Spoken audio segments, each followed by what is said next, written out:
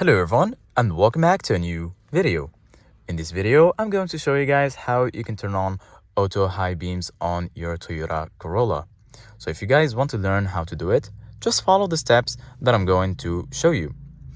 So it's pretty easy and straightforward. If you guys want to enable that, there is a button that is responsible for that option. So on the left side of your steering wheel, just go here, and as you can see guys, you're going to find all of these options right here.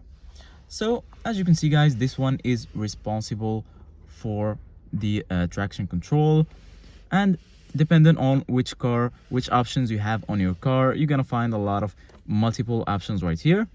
And as you can see guys, this button is responsible for the auto high beams. So if you want to enable that, just give it a click and it's going to be enabled. And if you want to disable, just re-click on it and it's gonna be directly disabled. As you can see guys, here also you can adjust the brightness of your lights. So you're gonna find this little wheel right here, and you can just roll it like that, and then you're going to increase or decrease the level of your brightness. I like to keep it at the lowest. And yeah, this is it guys for today's tutorial. If you guys like this video helpful, don't forget to like and subscribe to the channel. Thank you guys for watching, and see you guys in the next video.